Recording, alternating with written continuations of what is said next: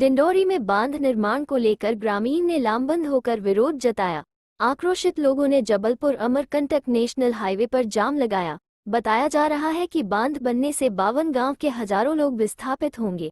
बांध बनने से प्रभावित सैकड़ों ग्रामीणों ने आज जबलपुर अमरकंटक नेशनल हाईवे पर चक्काजाम किया। बांध निर्माण के खिलाफ चक्काजाम करते हुए ग्रामीणों ने हाईवे पर बैठकर विरोध प्रदर्शन किया, जिसके चलते हाईवे पर घंटों तक आवागमन पूरी तरह से ठप हो गया।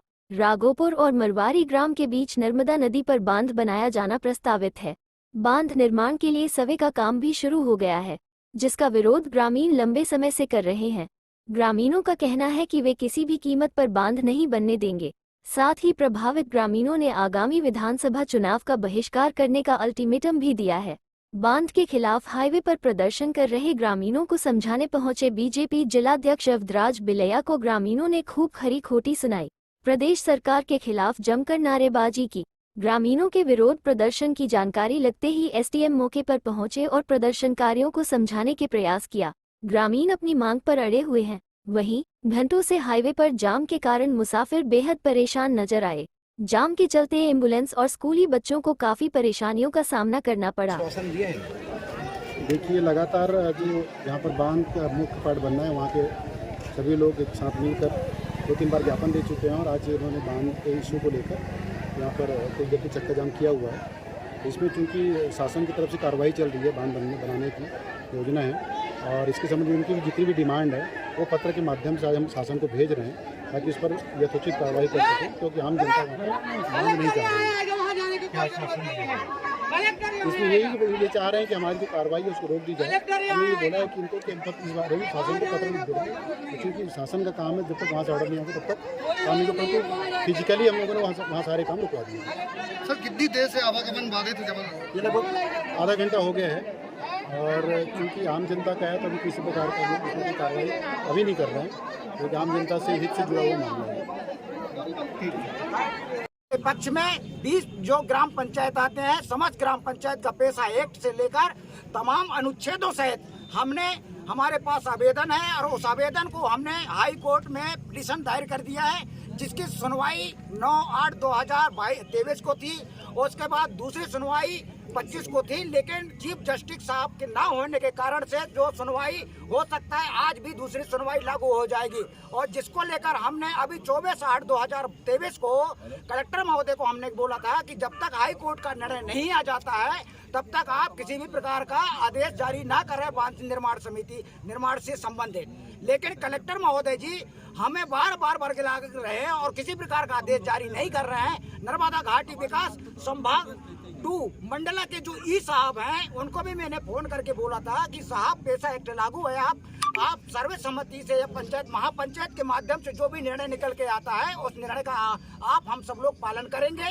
आप उस निर्णय के अनुसार से आप उसके बाद ही काम करना चाहेंगे, लेकिन इस प्रकार से शासन और प्रशासन के अधिकारियों के द्वारा नहीं किया जा रहा है, जिसका आज पुरजोर से हम विरोध करना चाहते हैं। और जब तक कलेक्टर महोदय हमको ये नहीं दे देते हैं लिख के, जैसे कि धारा 11 लगाते हैं एसडीएम साहब, वो धारा लगाने जैसे अगर बांध के निरस्ती के बारे में जब तक हाई कोर्ट न्यायालय का अगर आदेश नहीं आ जाता है तब तक अगर नहीं रोक लगाते हैं तो हम रात भी बीत जाएगा, कल दिन भी बीत जाएगा, हम यहीं पर सड़ और मर जाएंगे, क्योंकि ये जमीन का आंदोलन है और हम जल जमीन जंगल लगातार हमको आदिवासियों को विस्थापन किया जा रहा है।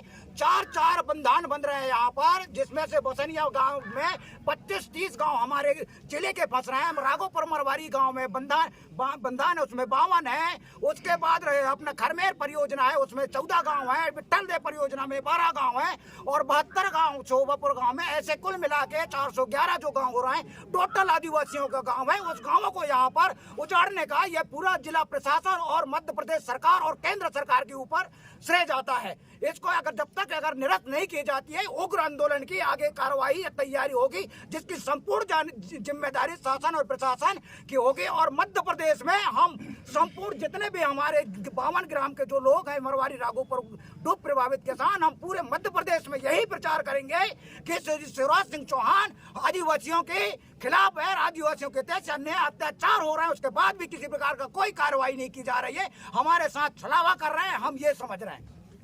जाम किया हुआ ग्रामीणों ने डैम के विरोध में क्या समझाइश दी गई है?